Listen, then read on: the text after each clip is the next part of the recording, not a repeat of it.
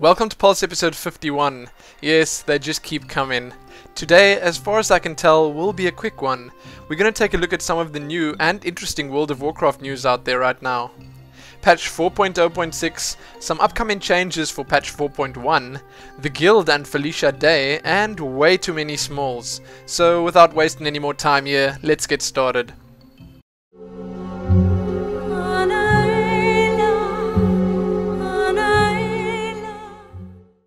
If you haven't realized yet, and I really do assume you have, 4.0.6 has in fact gone live and, well, a bunch of changes, fixes, and improvements came with it. I won't cover every single little change here, but I did mention last week that my favorite changes were in fact the cosmetic ones. The new Troll and Worgen Druid flight forms are pretty amazing. There are tons of class and balance changes too, but sadly no new content just yet. We're waiting for 4.1 for that, so if you want to read the full and official patch notes, you can do so below. With patch 4.0.6 barely a week old, we've already been treated with our first few sets of hotfixes. Below you can find the lists of hotfixes from February the 14th, 15th and 16th, and they do include quite a few interesting and some quite unexpected changes. Dramatic increases to the amount of guild reputation and guild experience gained from killing raid bosses. Whiptail spawn times in Uldum have been decreased. Engineering target dummies can no longer taunt boss level creatures. Oh no. There are obviously a couple of class and balance changes too, but nothing really major. Along with these hotfixes, there were also a few big changes made to the vote kick system. And Blizzard hopes that these hotfixes will do a little bit to address the poor behavior and unfair group kicks in Dungeon Finder groups. They also let us know that while these changes have been applied, they'll require a server restart before they work, so they'll probably only hit during next week's maintenance.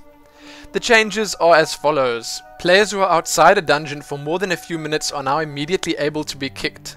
If queuing as a group with a tank or healer, and the tank or healer drops, or is kicked soon after joining, those that queued with them will also be removed from the dungeon. If 3 or more players group queue with each other, it will require an additional vote for them to kick anyone that did not queue with them. If a group queue of 4 kicks one person that they did not queue with, they will each receive a more severe penalty to their ability to initiate future kicks. And lastly, if someone initiates a vote kick for someone they group queued with, they will not incur a penalty to their ability to initiate future kicks.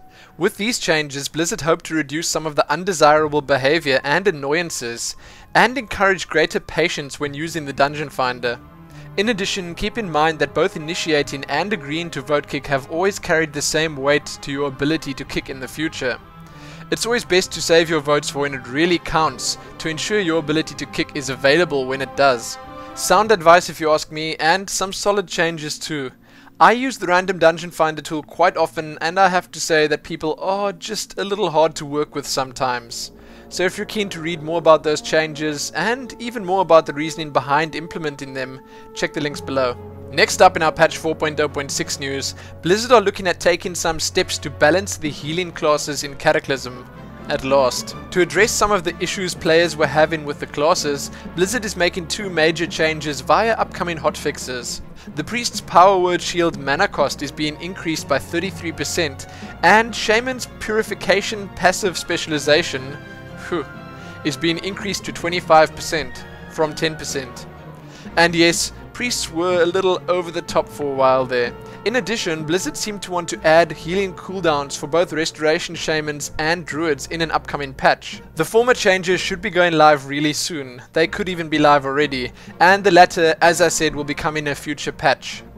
These, as with all the other hotfixes, will be added to the latest hotfix posts on the official World of Warcraft community site, so you can check it out there if you like. In the last of our patch 4.0.6 related changes, you may have realized that 4.0.6 changed how latency is displayed in the client. We now have a home latency and a world latency.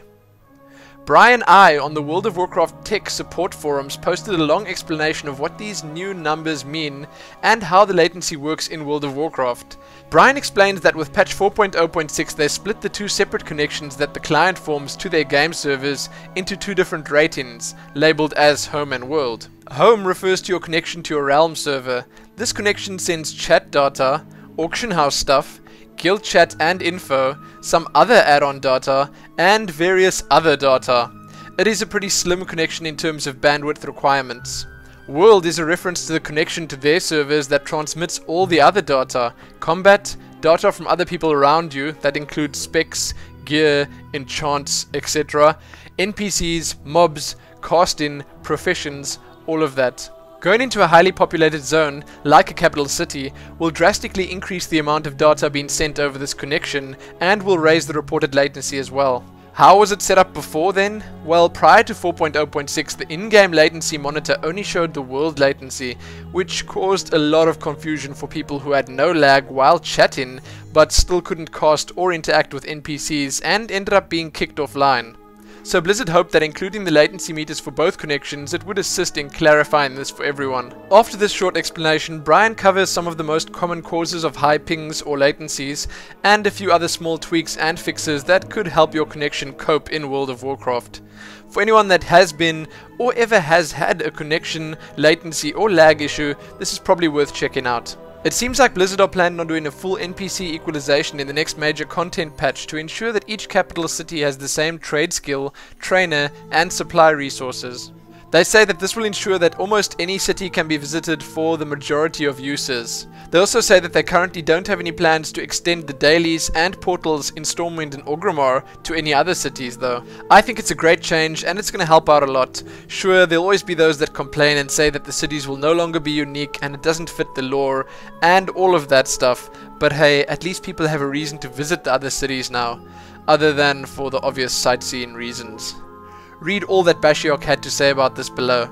Trade Secrets of a Trade Prince, the third story in the Leaders of the Horde and Alliance series, takes us on a journey into the mind of Gallywix, one of the Goblin's most exceptionally shrewd movers and shakers. Becoming a Trade Prince doesn't just happen overnight, and you certainly don't get your likeliness carved into the side of a mountain by letting others push you around and take what's yours.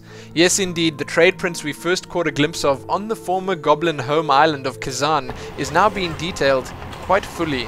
So read on to learn the tricks of the trade that led Gallywix to untold fortune and success, and maybe one day you, too, can be a powerful and renowned goblin just like him. Or not, you know, it's up to you. Everyone's favorite web series, The Guild, starring the always amazing and overly attractive Felicia Day, has been given the green light for its 5th season. It was revealed on the Guild's Facebook page that the award-winning series will, as in seasons past, be run on Xbox Live, MSN Video, and the Zune Marketplace. At the end of Season 4, everything ended on a mostly positive note, and it seems like Season 5 will surround the Knights of the Good as they travel to every gamer's paradise, a convention. There's no start date set for Season 5 just yet, but we can all just hold our thumbs and hope it comes soon. It might well be delayed by that Dragon Age web series that Felicia is apparently working on. Who knows? Read more about the Guild Season 5 and Dragon Age Redemption below. Some players are dedicated to collecting sets of epic gear, while others prefer to make a few quick coins in the auction house. No matter what style of play you prefer, Blizzard want to equip you with the tools and the knowledge you need to protect yourself against account compromise. To help you get started, below you'll find a series of tips and suggestions aimed at improving your account and computer security. Blizzard tell us that since they have been encouraging account security and awareness for quite a while now, players of their minigames might have already run across any of this information on the account security awareness page, in one of their various support articles, or posted by fellow players on Blizzard's various forums. They want to make sure as many players as possible have secure accounts, so they encourage us to take some time and read over their latest refresher course, to make sure all our accounts are secure, and share these tips and resources with our friends and guildmates too. This and their recent Corehound adoption campaign are really helping raise awareness. New players starting the game, experienced players that decided they never want to fall prey to account theft, everyone is getting their act together it seems, and it's all good. So if you feel there is even the slightest chance that your account could be compromised, check the post link below. It's incredibly long and extensive, but it's definitely worth it. As a nice little bonus from all this serious news, Blizzard have added a special treat to their art gallery. A heartwarming piece from their very own Samwise Didier, just in time for Valentine's Day. Well, I guess I didn't really give it to you in time for Valentine's Day, but hey, let's pretend for a second here. I thought this comic was cute, funny, and amazingly well done. Enjoy, and you can find the full thing below. Ever wondered what World of Warcraft would look like or play like as a text-based game? Well, the guys and girls from over at the Daily Blink were wondering the same thing clearly, and have created an image of what World of Warcraft would look like if played on the Kindle. Check it out. As an extra, you can also check out their latest entry, which is an excerpt from the notebook of Garrosh Hellscream himself. Pretty funny stuff. The Blizzard art gallery and fan art sections have been updated with some new goods. Once again, the Blizzard fan art section has been updated with 7 new pieces of fan art set within the Warcraft universe, and the World of Warcraft Wrath of the Lich King art gallery has been updated with 3 new pieces, also representing the Warcraft universe. All of these pieces are sufficiently epic, impressive, and straight up amazing. Check the galleries out for the full-size images, and once again, my favorite of the lot can be seen on your screen right now. So let's head on over to the World of Warcraft Smalls. There are a lot of them this week. There are 2 new player tips posts up on the World of Warcraft community site, the first of which is Building Foundations. This focuses on building a guild from the ground up. The second, Use Your Peripherals, which is pretty self-explanatory. Next up we have the library. This is just a quick spotlight of the book Rise of the Horde by Christy Golden. Then there are 2 polls called Yes, We're All Individuals, which is also focused on guilds, and it's in the hardware, which is focused on, as it says, your hardware. In some patch 4.0.6 related smalls, the Smolderweb Hatchling and the Warg Pup have been re-added to the game. Blizzard have also reverted the Exalted title changes. They now once again only require 40 reputations. You can read about all the new dig sites in patch 4.0.6 over at MMO Champion. If you're feeling a bit nostalgic, you can head on over to WoW Insider and read the changes that were revealed for patch 1.1. You can check the latest legendary video podcast out below. This focuses on WoW as an esport. PST episode 16 can be found on your screen right now, as well as TankSpot's guide to the heroic Omnitron defense system. Wowhead has a new feature on their website, Achievements, that's probably worth checking out, and the new trading card game set Assault on Icecrown Citadel has been announced. World of Warcraft comic number 13 is available for digital download, and you can also have an in-depth look at the latest World of Warcraft action figures set, that's Series 8. BioWare says WoW is the touchstone for Star Wars The Old Republic. You can check that out over at WoW Insider. And next up, let's check out the World of Warcraft blue posts. So the blues had a lot to say this week, and you can check it all out below, courtesy of Wowhead and MMO Champion, and their amazing blue tracking skills. They had a few words on Justice Point vendor selections, on Cookie's Tenderizer's model change in Heroic, on the Faded Wizard Hat change, on Tauren's Cultivation Herbalism racial, on Azeroth's Invisible Ceiling, on Warrior's Rage in Blow and Fury nerf, on Talent Try specializations, on Elemental Death animations and Epilepsy, yes that's actually a pretty serious one, on upcoming Mage hotfixes, on Warlock Immolate and Corruption damage, on the Armani Warbear mount, on Bearform armor, on the Hammer of the Righteous changes, on the possibility of a Looking for Guild feature, on item level requirements for dungeons, on Transmute Living Element proc changes, on changes to the White Telbuck mounts and Treant companion pets, on Lockmore exploits that have apparently been fixed, on the Juggernaut nerf and the usefulness of a Heroic Leap,